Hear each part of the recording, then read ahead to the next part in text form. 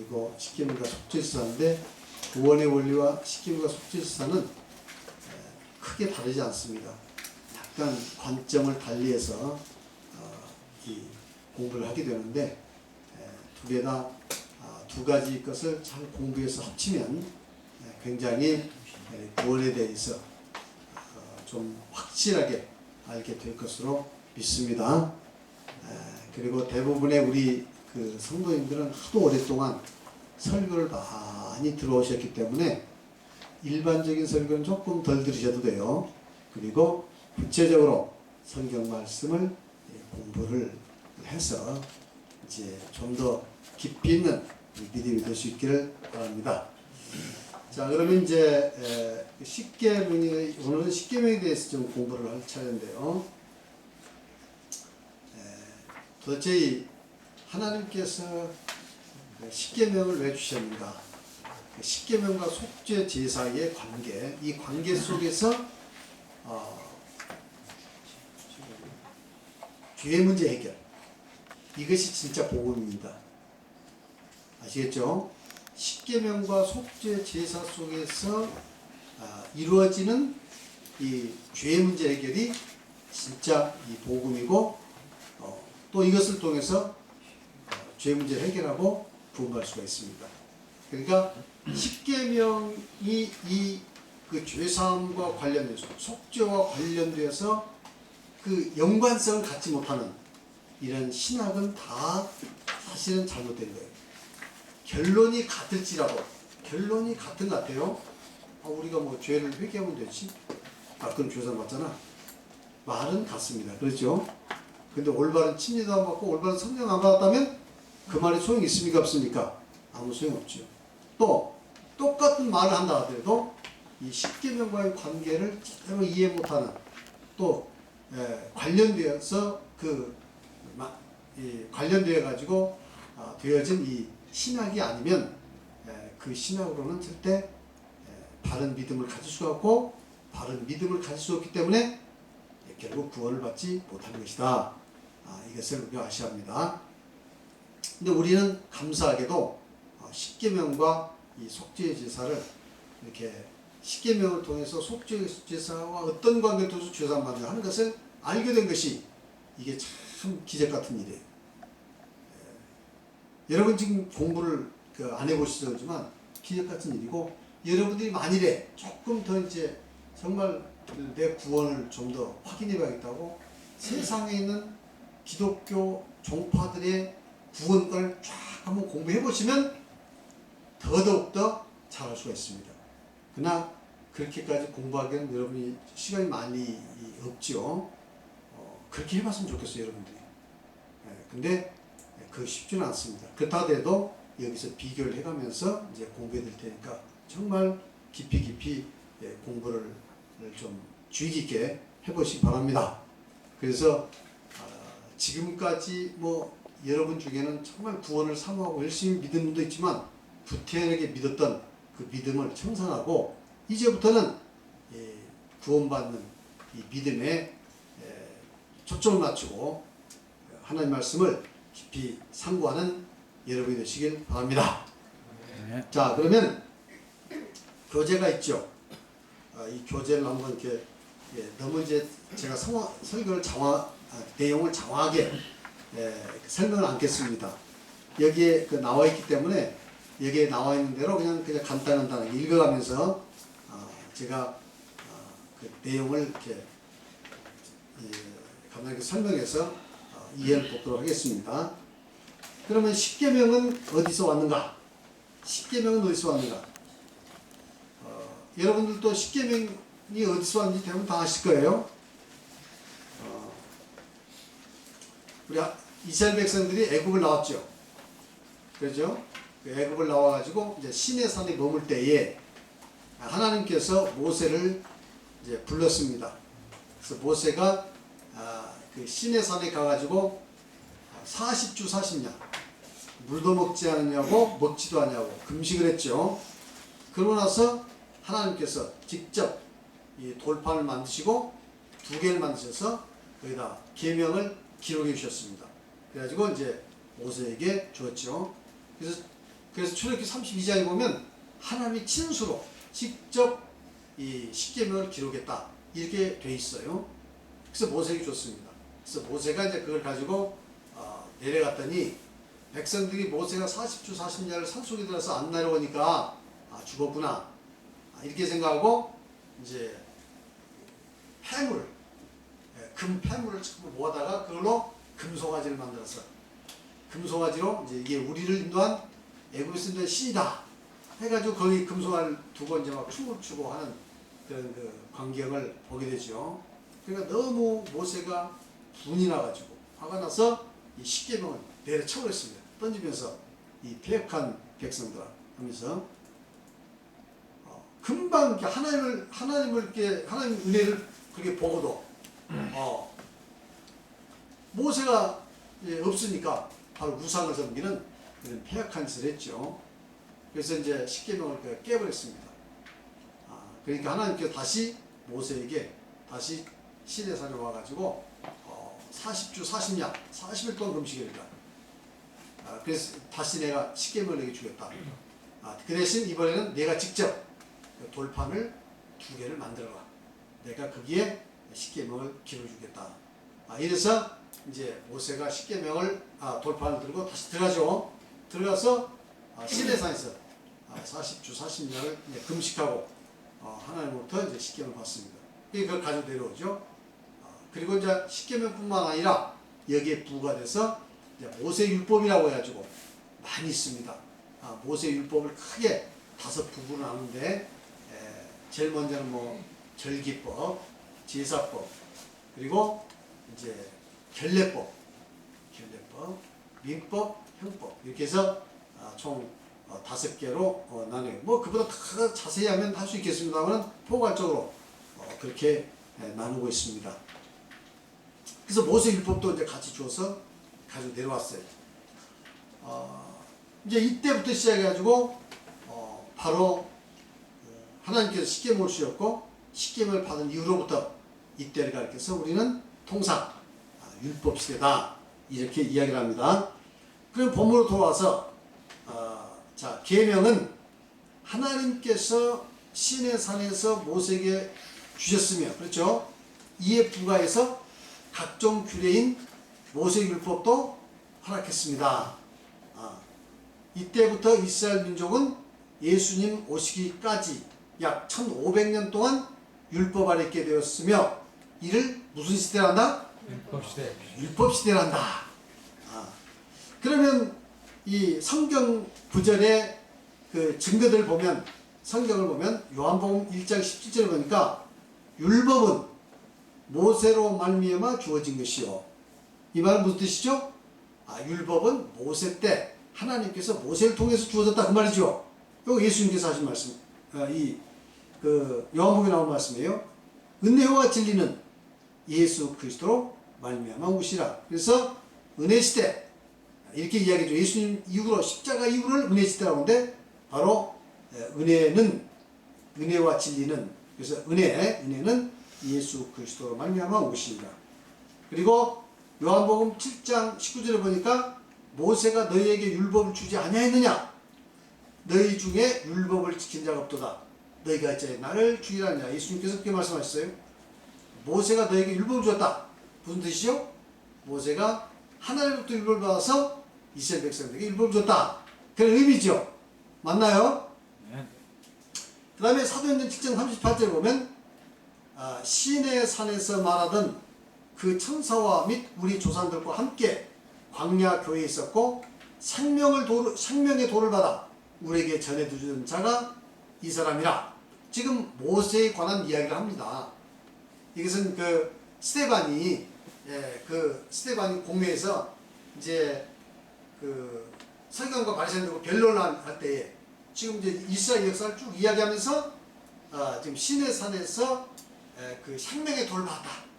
그러니까 우리에게 생명을 주게 하는 그러한 십계명과 그리고 여러 가지 율법들을 받아서 우리에게 전해줬다. 지금 그런 의미죠. 그리고 이제 출애굽기 31장 18절에 보니까 여호와께서 시내산 위에서 모세에게 이르시기를 마치신 때에 증거판 둘을 모세에게 주시니 이는 돌판이요 하나님이 친히 쓰신 것이라. 이 증거 돌판 중에 하나님께 친히 10가지 계명을 써주셨다. 이렇게 이야기를 합니다. 아시겠죠? 그러니까 율법은 어느 때부터 왔다고요? 모세 때부터 왔다. 모세는 예수님 오시기 전에 1500년 전 사람이니까 예수님 오시기까지 1500년은 이제 이 모세를 통해서 주어진 십계명과 또 모세의 모세 율법들 합쳐서 이제 이것을 지켜야 하는 의무 아래 있는 그 시기가 됐다. 그래서 이것을 율법 시대란다. 이렇게 이야기하죠. 그 다음에 이제 8쪽부터 이게 상당히 중요한 내용입니다. 정말 중요한 내용이에요. 정말 중요한 내용인데 제가 글을 많이 쓰놨습니다.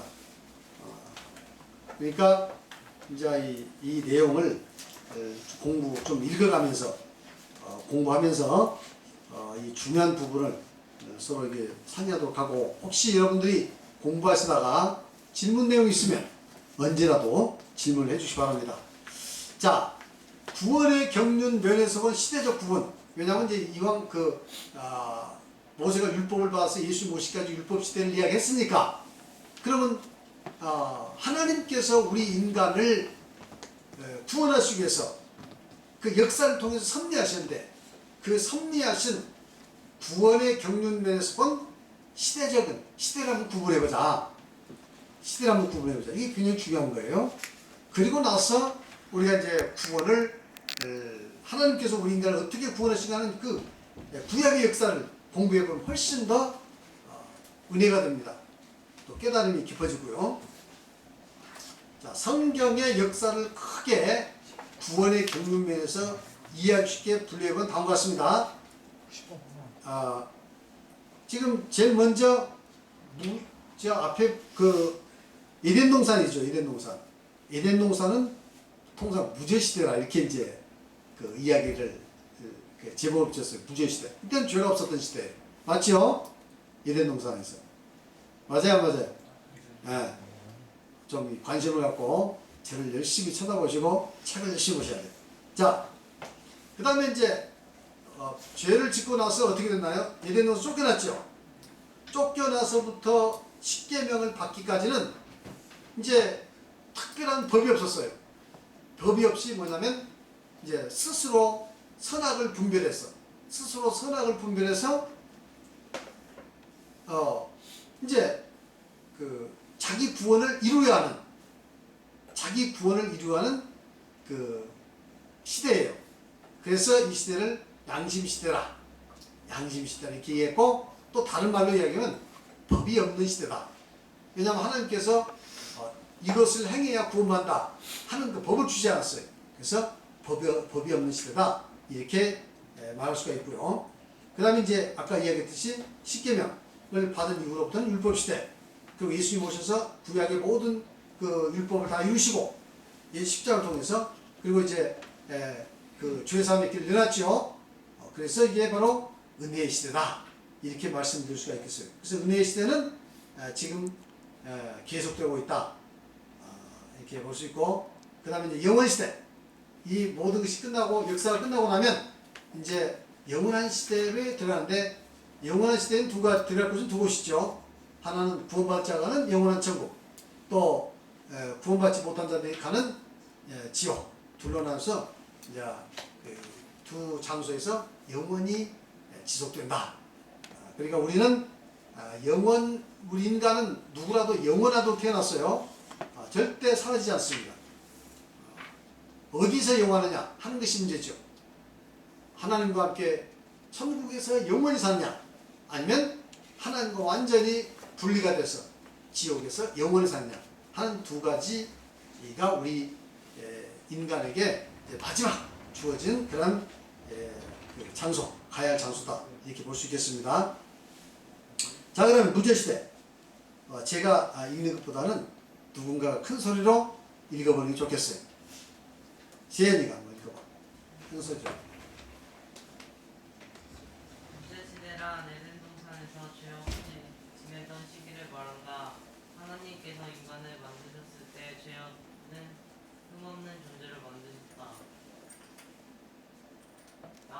깨달은 것이 이것이라 곧 하나님이 사람을 정직하게 지으셨으나 사람은 많은 꾀를 낸 것이라. 네, 그럼 좀 설명을 할까? 이제 무죄시대는 에덴 동산에서 조업된 시기를 말하죠. 그래서 하나님께서 우리 인간을 흠없이 만드셨어요. 전도서 7장 29절에 보니까 나의 깨달음이 이것이라 곧 하나님이 사람을 정직하게 지으셨으나, 원래는 정직하게 바르게 지었다 그 말이죠. 정직하다가 바르다 아니에요. 왜요? 빠르게 지었어요. 그러나 사람은 많은 꾀를 냈다. 스스로 이제 죄를 짓는 거죠. 이 그 죄 짓는 과정은 창세기 3장에 보면 자세히 나와 있습니다. 자, 이렇게 해서 하나님께서 우리를 그 흠없이 만드셨는데, 이 말은 죄를 지을 가능성이 전혀 없다는 뜻은 아니죠. 그렇죠? 전혀 없다는 뜻은 아니에요. 인간은 하나님의 형상을 따라 만들어졌기 때문에 뭐가 있어요? 자유의지가 있습니다. 자유의지에 따라 하나님을 순종할 수도 있고 순종하지 않을 수도 있습니다.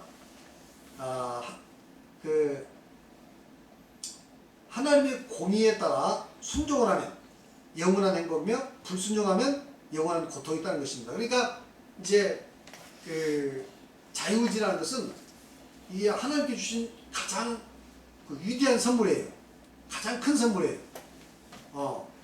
그래서 우리 인간은 하나님의 영을 닮았기 때문에 이제 하나님과 그 교제를 나눌 수 있는 그런 종교적인 본능이 우리 안에 있고, 그리고 또 선악을 구별해서 그 선악을 선택할 수 있는 선악을 구분할 수 있는 도덕적 능력이 있고, 그리고 이제 또 선을 행하느냐 악을 행하느냐 하는 그 선택의 자유가 있고, 그리고 하나님처럼 하나님 창조의 하나님이잖아요. 그래서 우리 인간도 닮아서 그 창조의 그런 그 능력을 가지고 있다. 그래서 이 우리 인간이 가진 하나님께서 하나님 형상을 닮은 우리 인간의 그 능력이에요. 그 중에서 가장 중요한 게 뭐냐면 바로 자유의지입니다. 자유의지. 하나님께서는 이것을 우리 인간이 주셨는데, 이 자유의지를 줬다는 것은 하나님을 선택할 수도 있고 하나님을 또 거역할 수 있다. 이 두 가지를 가능성을 다 준 거예요. 그러니까 자유의지를 줬기 때문에 하나님을 선택해서 하나님을 순종해도 이건 성공한 것이고, 하나님 앞에서 성공한 것이고, 서로 하나님을 거역했나 하더라도 그것은 어쩔 수 없는 거예요. 그것도 역시 하나님의 그 인간을 창조한 하나님의 그 창조가 실패로 돌아갔다, 이렇게 볼 수는 없는 것입니다. 인간에게 자유의지가 있기 때문에 하나님을 불순종했다도 하나님의 실패가 아니죠. 하나님은 인간을 창조하기 전에 이미 순종했을 때의 계획이 있으며, 불순종했을 때의 또 다른 계획이 있었어요. 그러니까 만일 우리 인간이 하나님 명령을 순종했으면 순종한 대로 계획이 있었겠죠. 그래 안 그래요? 뭔가 영원히 행복해서 계획이 있었어요. 근데 그걸 선택하고 불순종을 선택했으니까 또 불순종에 따른 하나님의 계획이 있다 이 말이지. 이제 불순종에 따른 하나님의 계획은 이제 성경에 나타나 있습니다. 왜 우리 인간이 불순종했습니까? 그렇죠? 그래서 이제 아담이 애초에 순종했다면 좋았을 것을 불순종했기 때문에 이제 어쩔 수 없는 거죠. 돌이킬 수 없어요. 이제는 이 불순종에서 불순종의 역사가 시작된대. 그러나 이 불순종의 역사를 통해서 또 하나님께서 또 인간을 구원하실 계획을 세웠다. 그것도 우리의 자유의지로 선택해서 구원받을 수 있는 길을 가느냐 못 가느냐 하는 것도 또 자유의지라 이 말이죠. 자, 순종했다면 에덴 동산에서 육신을 가지고 영원한 행복을 누리며 살았을 것이고, 그러나 불순종했기 때문에 예수 그리스도의 구속을 통한 천국에서 영원한 행복을 누리는 또 다른 계획으로 인간의 구원을 나타내셨다. 하나님은 인간의 에덴 동산에서 완전한 은혜 가운데서 영원한 행복을 누리기를 원하시죠? 에덴 동산은 완전한 은혜였습니까? 완전한 은혜 아니었습니까? 완전한 은혜였죠. 왜?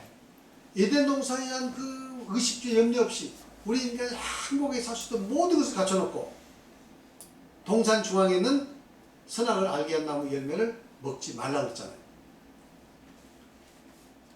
만일 따서 먹으라 그러면 그것도 은혜이긴 하지만 뭐가 되겠어요?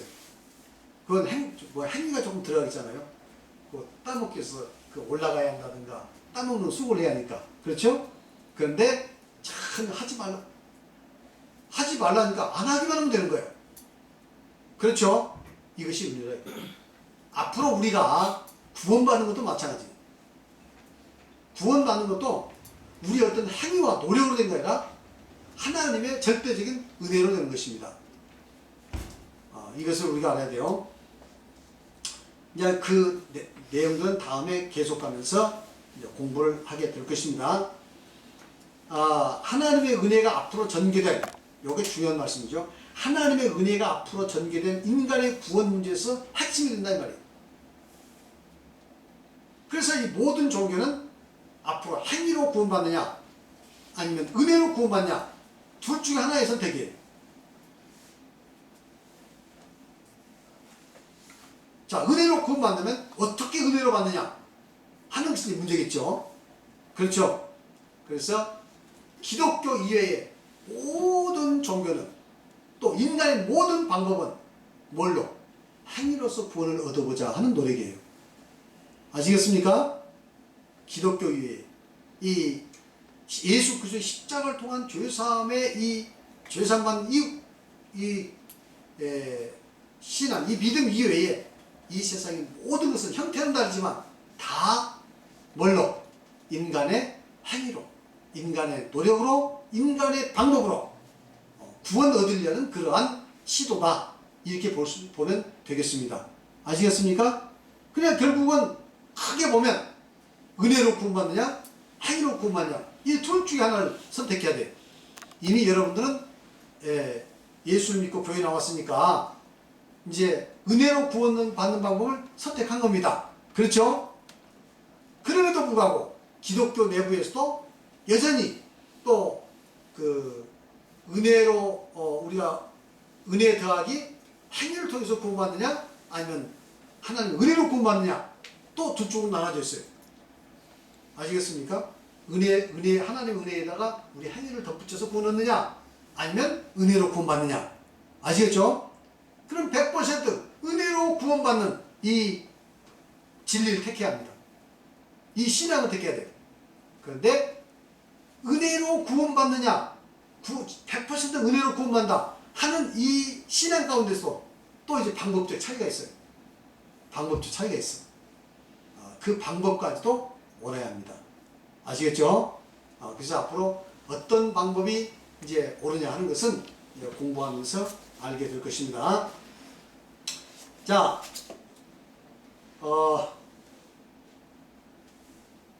그 다음에 인간으로 하여금 다시 하나님의 은혜를 깨닫고 인간의 행위나 방법을 포기하고 은혜를 받아들여 은혜 안에서 구원을 얻고 복된 삶을 누리며 영생복락을 누리기를 원하시죠. 이것이 에덴 동산의 회복이며 구원입니다. 아시겠습니까? 네. 아시겠어요? 네. 큰 소리로 아멘 하세요. 이해가 되십니까? 네. 네. 자, 그 다음에 양심시대. 왜냐하면 이 내용을 잘 이해하고 계셔야 앞으로 이제 그 구약의 이 구원의 경륜을 제대로 알고 예수 그리스도께 포커스를 맞춰서 은혜로 구원받는 이 진리를 제대로 이해할 수 있습니다. 그 양심시대. 양심이란 완전한 법이 양심시대란 완전한 법이 구원의 조건으로 이루어져 있지 않고 오직 양심만 의지해서 구원을 받아야 했던 시대. 그 기간이 뭐냐면 아담에서 모세까지다. 아담에서 모세까지다. 알겠죠? 자, 그럼 그 뒤에 성경 구절을 읽어보고 이제 제가 여러분의 이해를 또 설명하겠어요. 로마서 5장 13절 14절에 보면 우리 다 같이 큰 소리 읽어봅시다. 시작. 죄가 율법 있기 전에도 세상에 있었으나 율법이 있을 때에는 죄를 죄로 여기지 아니하느니라. 그러나 아담으로부터 모세까지 아담의 범죄와 같은 죄를 짓지 아니한 자들 위에도 사망이 왕노릇하였나니 아담은 오실자의 표상이니라. 자, 이 로마서에 보면은 죄가 율법이 있기 전에도 세상에 있었으나, 자, 율법이 언제 주어졌죠? 모세 때 주어졌는데, 모세 때 율법이 주어지기 전에도 뭐가 있었어요? 죄가 있었다. 근데 율법이 있기 전이니까 율법이 없었을 때도 죄는 있었다 이 말 아니에요? 맞나요, 안 맞나요? 잘 보세요. 죄가 율법이 있기 전에 세상에 있었죠. 율법이 없을 때는 단지 무엇을 얘기하지 않다고요? 죄를. 왜? 율법이 없으니까 죄가 뭔지를 모르죠. 맞나요, 안 맞나요? 죄가 뭔지 모르지. 그러니까 죄가 있었지만 이것이 죄다라는 것을 밝혀줄 법이 있기 때문에 죄가 죄인 줄 모르고 살았다 이 말이죠. 그 다음에 그러나 아담으로부터 모세까지 아담의 범죄와 같은 죄를 짓지 아니한 자들 위에도 사망이 왕노릇하였나니 아담은 오실자의 표상입니다. 그러니까 아담으로부터 모세까지, 예, 이때가 율법이 없었어요. 죄를 죄로 여길 줄, 죄를 죄로 여기지 못하는 시대에 이때에도 뭐가 있었다고요? 사망이 왕노릇했다. 그러니까 사망은 죄의 결과인데, 그때 사람들도 다 죽은 걸 보니까 이때 사람들 다 죄를 지었다. 죄를 지은 사람들이다. 이런 것을 이야기한 거죠. 자, 그 다음에 이제 그 창세기 3장 22절에 보면 여호와 하나님이 가라사대, 성경 구절은 우리 다 같이 읽어봐야겠어요. 심심하지 않게. 시작. 여호와 하나님이 가라사대, 보라, 이 사람이 선악을 아는 일에 우리 중 하나같이 되었으니 그가 손을 들어 생명나무 과실로 따먹고 영생을 강구하시고. 선악을 하나님께 선악을 알게 한 나무 열매 따먹지 말라고 했는데, 누가? 하와가 이제 선악을 아는 나무 열매를 따먹었죠. 그래서 어떻게 했다고 얘기하겠습니까? 그걸 따먹으니까 선악을 아는 일에 누가 주됐다고요? 우리 중 하나같이 되었으니. 그러니까 그 우리 인간을 창조하시기 전에 누가 있었습니까? 천사들이 있었어요. 다 천사들. 그러니까 우리 하나님은 죄를 짓지 않고도 선악을 아시는 분이에요. 죄를 경험하지 않고도 선악이 무엇인지를 아시는 분이에요. 그리고 이 천사들도 이제 타락한 천사가 있었잖아요. 천사들 무중에서 죄를 범했기 때문에 죄를 범한 것이 무엇인가를 알아요.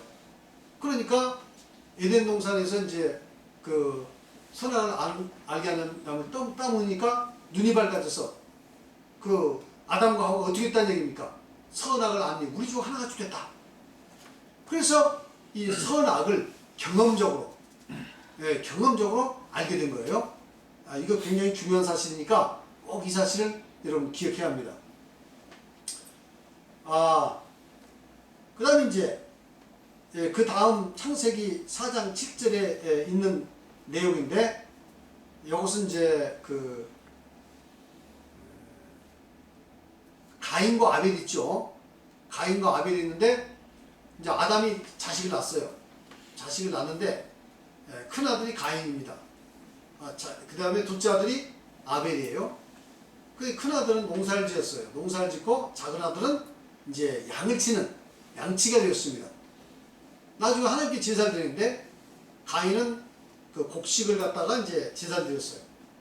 또 아벨은 양을 잡아서 피를 흘려서 하나님께 제사를 드렸어요. 뭐 비슷한 시기에 아마 제사를 드렸던가 봐요.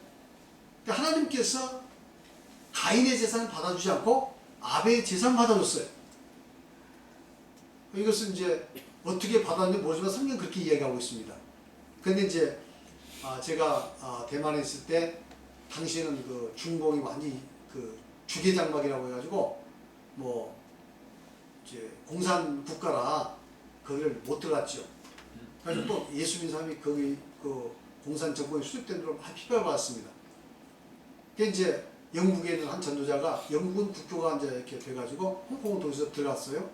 그래가지고 거기서 이제 어떤 장로님이 이렇게 그 혼수 상태에 빠져서 일주일간인가 이렇게 혼수 상태에 빠졌다가 이제 이렇게 다시 이렇게 살아나신 분이 있어요.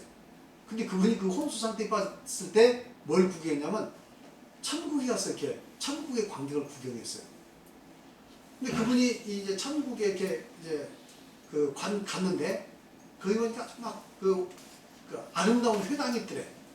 그래서 회당을 들어가 보니까 이런 스크린 같은 게 있더래.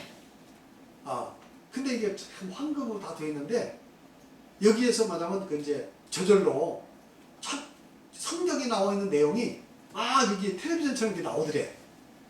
텔레비전처럼. 그래서 이상 이게 보니까 이제 그 하와가 유혹되는 장면 이게 다 나오더래요. 근데 그 가인과 아벨이 제사드린 장면도 나오더래.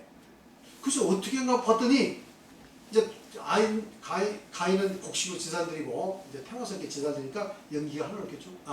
곡식을 이렇게 놔뒀대요.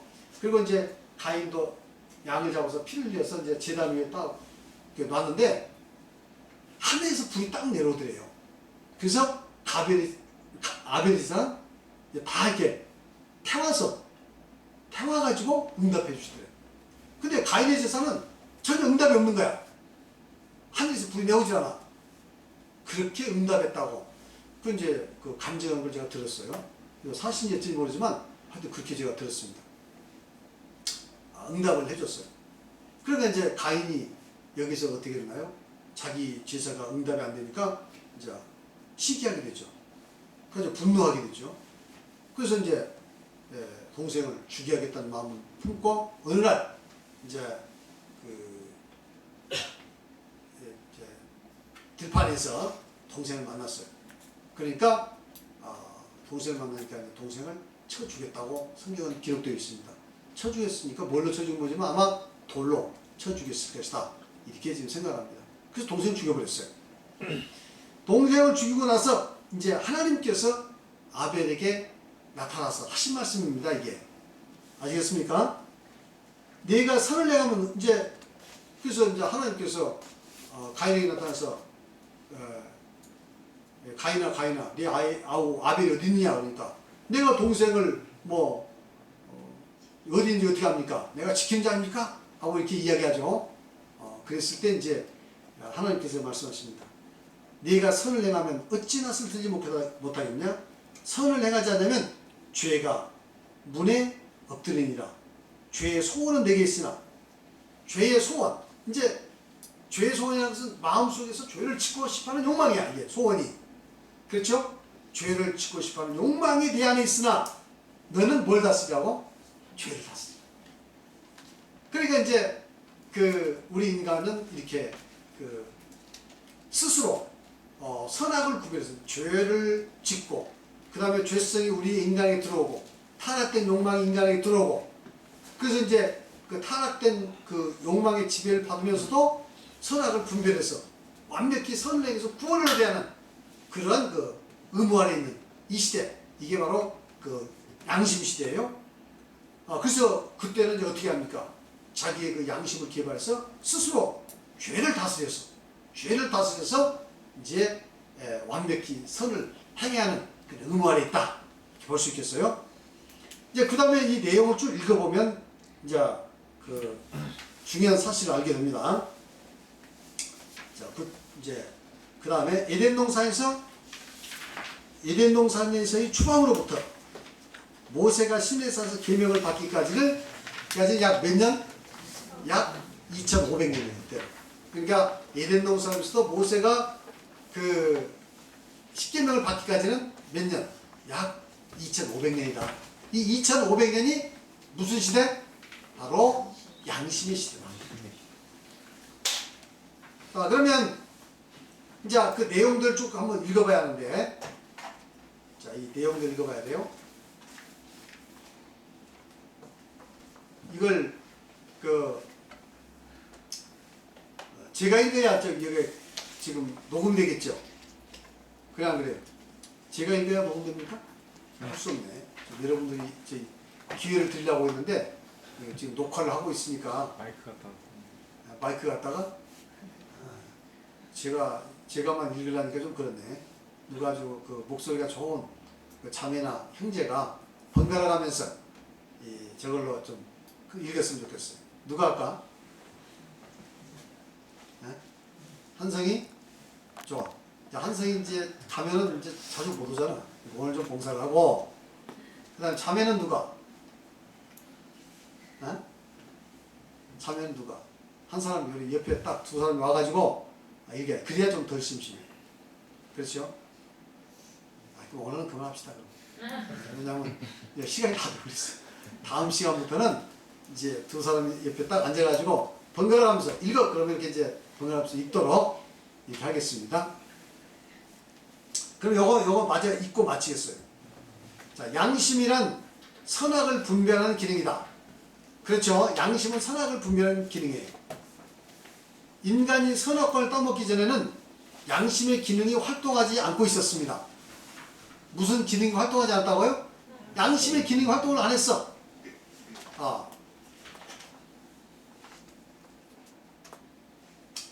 인간이 선악을 알게 하는 나무 열매를 따먹음으로써 비로소 이제 하나님 명령을 거역하니까 비로소 이 경험을 통해서 경험을 하게 되니까 양심이 활동했다 이거예요.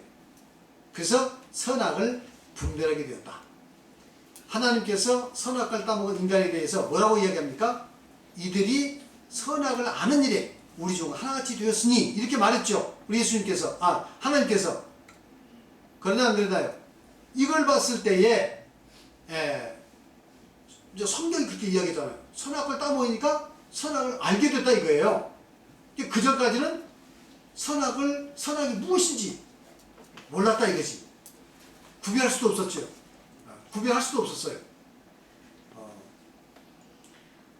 그들이 선악을 알게 됐다는 게 뭐냐? 그들은 경험적으로 선악을 알게 된 것입니다. 그들은 본래 선 속에서만 살았기 때문에 양심이 활동하지 않으므로 선악을 분별할 필요도 없었고 그럴 수도 없었습니다. 마치 빛 속에서만 있으면 빛과 어둠을 구별하지 못하듯이 선 속에만 살면 선악을 구별할 수가 없는 것입니다. 그들은 선 속에만 살기 때문에 선악에 대해 경험상 무지한 상태에 있었습니다. 예를 들면 어떤 아이가 태어나가지고 항상 어둠이 없는 환한 곳에서만 일생 살았다고 칩시다. 그럼 이 사람에게 어둠이란 있어. 그럼 알까요 뭘까요? 물론 눈을 딱 감으면 이게 어둠이야. 할 수 있겠죠. 그러나 눈을 감아도 환하다면 도대체 이 빛밖에 없다면 어둠이라는 것은 알 수가 없습니다. 근데 한 번이라도 이제는 그 어둠 속에 잠겨보면 깜깜해서 아무것도 안 보여요. 그러면 이 사람은 빛과 어둠을 구별합니까 안 합니까? 할 수 있죠.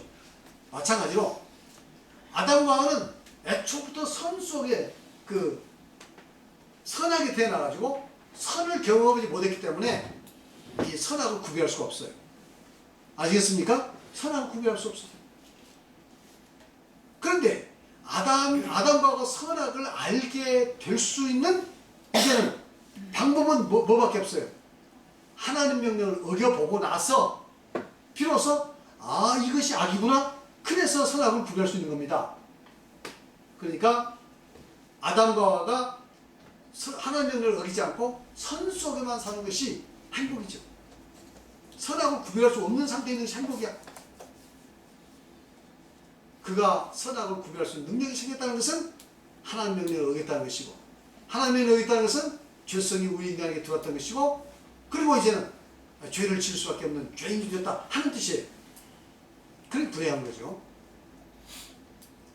이제는 우리는 반대로 이제 가야 합니다. 우리는 이제 다시 선악을 분별할 수 있어야 하고 앞으로는 뭘 통해서 계명을 통해서 그리고 우리 노력으로서는 완벽히 선을 행해서 구원할 수 없으니까 죄가 용서돼서 구원하는 이 길을 가야 돼요. 하나님께서 그렇게 이제 구원을 이루어주셨습니다. 그런데 만일 여러분들이 선악을 구별할 줄 모르면 이제는 절대로 우리가 그 죄사함의 길, 죄를 해결할 수 있는 길을 갈 수가 없어요. 반드시 선악을 앞으로는 분별을 해야 합니다. 그래서 보통 사람들이 선악을 분별할 수 없는 것은 계명을 이 양심을 바르게 할 수 있는 그 계명이 없기 때문에 선악을 구별하지 못하는 것이지. 이거 그러니까 이제 그런 상태는 그 타락된 상태에서 양심이 묻어진 상태에서 양심이 타락된 상태에서 선악을 구별 못하는 것은 아주 나쁜 거죠. 다시 선악을 이제 구별할 수 있도록 양심을 개발해서 이제 죄를 해결할 수 있는 길로 가야 하는 그런 이제 그 과정이 남아 있습니다. 우리는 그런 과정을 거쳐서 가야 돼요.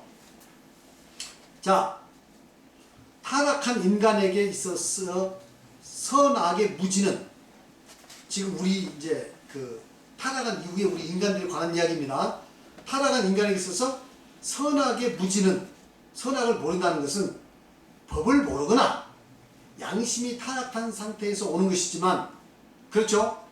지금 우리가 선악을 구별 못하는 것은 법이 없거나 양심이 타락해가지고 선악을 구별할 수 없는 상태에서 오는 거죠. 맞나요? 안 맞나요? 이해했어요? 큰 소리 이해했습니까? 아멘. 아멘 소리 크게 해주시든가 아니면 고개라도 그냥 끄덕끄덕 크게 해주세요. 그래야 내가 진도 올라가지. 이건 그렇게 어려운 거 아니에요. 뭐 사실 이런 내용들은 뭐 학교에서 공부하는 영어나 수학이나 혹은 무슨 뭐 사회나 자연 그 과학에 비하면 아주 쉬운 내용입니다. 그렇죠? 너무너무 쉬운 내용이에요. 우리가 만일 학교에서 그 영어, 수학, 과학이나 이런 것을 공부해야 할 만큼 많이 공부해서 구원을 이해할 수 있다면 이 얼마나 힘들겠습니까? 이건 굉장히 쉬운 거예요. 조금만 관심 가지면 다 할 수 있는 겁니다. 자, 선 속에서 선을 구별할 수 없는 상태가 그들에게 있어서는 가장 행복한 것이었죠. 맞나요? 맞아요, 맞아요.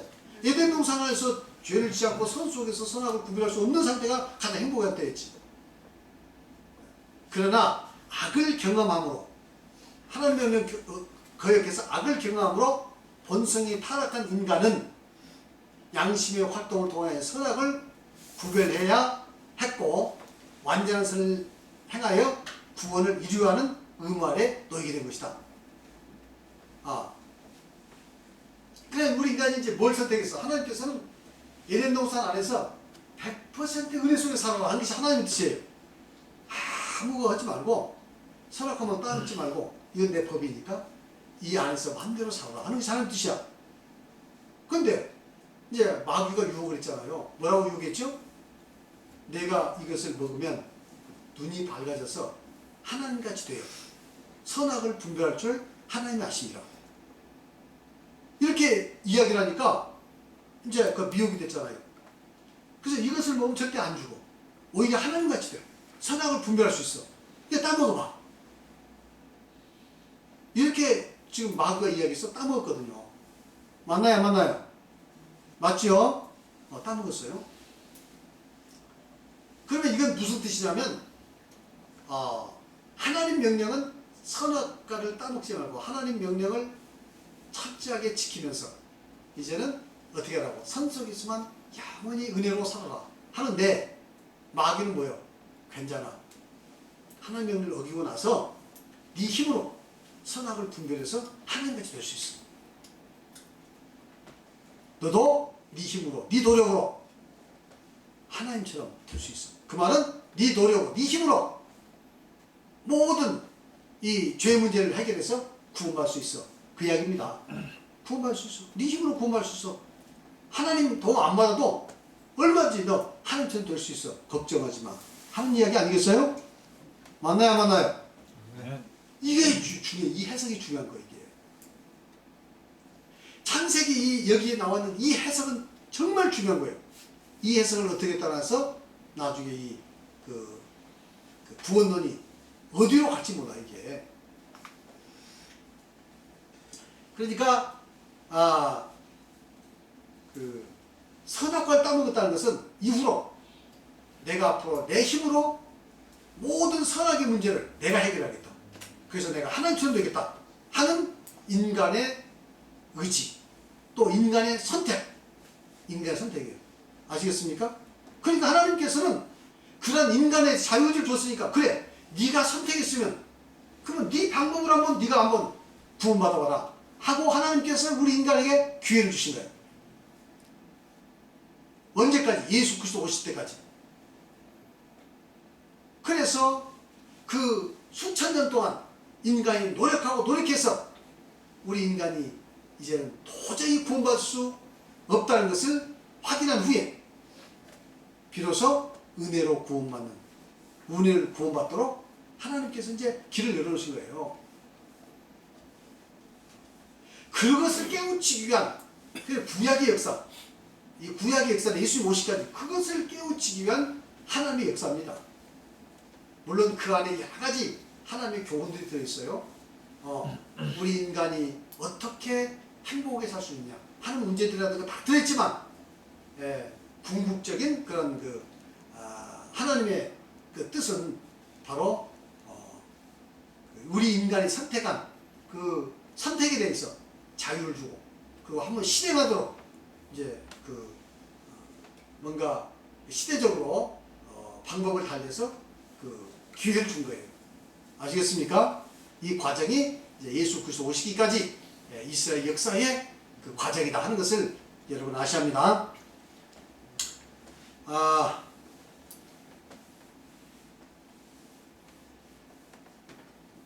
자, 그 다음에 이제 인간은 무죄한 상태에서 선악을 구별할 필요가 없는 에덴 동산에서 생활이 전적인 하나님의 은혜 안에서의 생활이었습니다. 맞죠? 맞나요? 네. 그들은 당연히 하나님의 명령을 순종하여 선악과를 따먹지 않고 하나님의 은혜 안에서 영원한 행복을 누리며 사는 길을 선택해야 했죠. 그런데 안 그랬나요? 두 길이 있었으니까 그 길 선택했어야죠. 그러나 사단의 유혹에 넘어가 하나님과 같이 되어 선악을 알게 하는 것을 선택했어요. 그래, 내가 한번 하나님 명령을 어기고 나서 선악과를 따먹고 내가 하나님과 같이 되어 선악을 분별해서 내 구원, 내 영생, 내 모든 것을 내 스스로, 내 힘으로 이제는 해결하겠다. 그것을 선택한 거예요. 이것은 자신이 하나님과 같이 되는 것으로 영원한 생명과 행복의 문제를 스스로 해결하겠다는 의미예요. 아시겠습니까? 오늘날로 말하면 구원의 문제를 자신의 양심을 의지하고 선악을 분별하여 행위로서 이뤄보겠다는 뜻입니다. 지금으로 말하면 뭐예요? 내가 구원의 문제? 나 양심대로 내가 살겠어. 내가 선을 행해서, 내가 노력을 해서 나 구원 이루겠어 하는 것이나 다름없다 이 말이에요. 그러므로 하나님은 하나님의 완전한 은혜 아닌 에덴에서 인간을 추방하여 자신이 선택한 구원의 방법, 즉 양심으로 완전한 선악을 구별하여 악을 버리고 완전한 선을 행하여 인간의 노력으로 구원을 이루도록 뭐 했어요? 이제 허락한 겁니다. 한번 해봐라. 한번 네가 선택했으니까 최선을 다해서 해봐라. 내가 도와줄게. 하나님께서 이제 최선을 다할 수 있도록 우리 인간에게 기회를 준 거예요. 그리고 나중에는 도저히 안 되니까 10계명까지 줘가지고 또 모세율법도 줘가면서 한번 다시 노력해봐라. 과연 너희들이 선택한 너희 힘으로 너희가 구원을 이룰 수 있는 건지, 죄 문제를 해결해서 하나님처럼 될 수 있는지 네가 한번 해봐라. 그렇게 지금 하나님께서 우리에게 도와주신 거예요. 기회를 주신 거예요. 그러나 인간은 양심을 의지했으나 양심과 행위가 점점 타락했을 뿐 그것을 의지하여 자신을 구하는데 불가능하다는 말을 보여줬습니다. 역사는 그렇다 이거죠. 그러한 실패의 전형적인 모습이 바로 뭐예요? 노아의 홍수시대, 소돔과 고모라 시대. 그렇게 해줬더니 점점 양심이 타락되고 그랬어. 양심을 개발해서 선을 행하기로 못하고 양심 자체가 이제는 점점 타락되어 버렸어. 선악을 구별할 수 없을 정도로 되어버린다 이 말이죠. 그때가 바로 노아 홍수 시대. 그래서 타락이 크게 달아서 하나님께서 물로 멸망을 시켰고, 소돔과 고모라 시대 보세요. 얼마나 타락했는가. 결국 불이 내려와서 소돔과 고모라 멸망시켰죠. 그것은 뭘 말하냐? 이 두 사건은 우리 인간에게 양심대로 살아도록 법이 없이 법 줄 필요가 없어. 자기가 선악을 알게 떠먹고 양심이 활동이 돼서 그 양심을 의지할 수 위해서 구원을 얻어야 하니까 기회를 줘봤더니 조금이라도 나아지기를 못하고 아예 양심 자체가 무디해지고 양심 자체가 타락하고 양심 자체가 더러워지고 썩어서 도저히 이 선을 행할 수 없는 지경이 이르렀다. 그런 전형적인 모습이 노아 시대고 또 어디라고요? 소돔과 고모라 시대였다. 자, 그런데 그러므로 인간은 양심을 의지해서 선을 행함으로 구원을 받는다는 것은 불가능한 것을 알아야 돼요. 가끔 그런 사람 있잖아요. 양심대로 살면 되지 뭐. 그렇게 이해하는 사람 있습니까? 없습니까? 양심대로 살면 돼. 양심에 따라서 난 지금까지 살아왔어. 양심대로 살면 지금도 된다는 사람이 있어요. 양심대로 살아왔다는 겁니다. 그게 얼마나 어리석은 일입니까? 우리 인간은 양심대로 살 수가 없는 거예요. 양심대로 산다는 자기 생각이지 하나님의 법에 비춰서는 양심대로 살 수 있는 사람이 한 사람도 없어. 더군다나 바른 양심을 개발할 수 있는 사람도 없어요. 아시겠죠? 그럼에도 불구하고 무지한 인간들은 도처에서 아직도 왜곡된 양심을 의지하여 자신의 방법으로 구원을 얻으려고 온갖 어리석은 노력을 하고 있습니다. 자, 이 시대를 양심시대 혹 구원을 위한 완전한 법이 주어져 있지 않으므로 법 없는 시대라고 이렇게 말할 수 있다. 여기까지 말씀을 드렸습니다. 좀 이렇게 하나하나 읽어가면서 하니까 좀 어떻나요? 좀 지루하긴 해도 이렇게 하는 것이 이 내용이 빠지지 않고 내용들을 다 정확하게 전달할 수 있습니다. 그래서 이렇게 해서 좀 설교처럼 이렇게 많은 감동은 없지만 이걸 꾸준히 공부하다 보면 여러분의 이제 구원에 대한 이치가 확 깨달아집니다. 성경의 내용이 바로 이거구나. 하나님께서 바로 창세기부터 계시록까지 이런 과정을 거쳐서 우리를 구원하시는구나 하는 것을 알게 돼요. 이것을 알게 되는 것이 참된 은혜인 줄 믿습니다. 이것을 알게 되면 우리의 믿음은 단단한 반석에 세워진 믿음이 되고 그럼 우리의 믿음은 아주 건전하고 건강한 믿음이 되는 거예요. 기복적인 믿음, 율법적인 믿음, 방종적인 믿음 이런 것이 뒤섞여가지고 이 짬뽕적인 믿음 이게 아니고 아주 은혜 안에서 정말 하나님께 원하시는 그 바른 믿음, 순수한 순도 100%이 믿음을 갖게 될 수 있을 줄로 믿습니다. 네. 오늘 여기까지 하고요. 다음 시간에 계속해서 공부를 하도록 하겠습니다. 질문이 있으면 질문을 하시기 바랍니다. 아침 시간에 질문 한 사람이 나와서 정말 기분 좋았습니다. 오후 시간에 누가 질문할까요? 과연? 질문 없어요? 이거 참 내용이 어떻게 제가 설명이 너무도 명쾌해서 질문할래야 할 것이 없나요? 네. 정말이에요? 네. 내용이 너무 명쾌해요? 네. 참 기분이 좋습니다. 계속해서 그런 관심을 가지고 빠짐없이 이 공부를 끝까지 완수할 수 있길 바랍니다. 기도하시겠습니다. 하나님 아버지 감사합니다. 오늘 또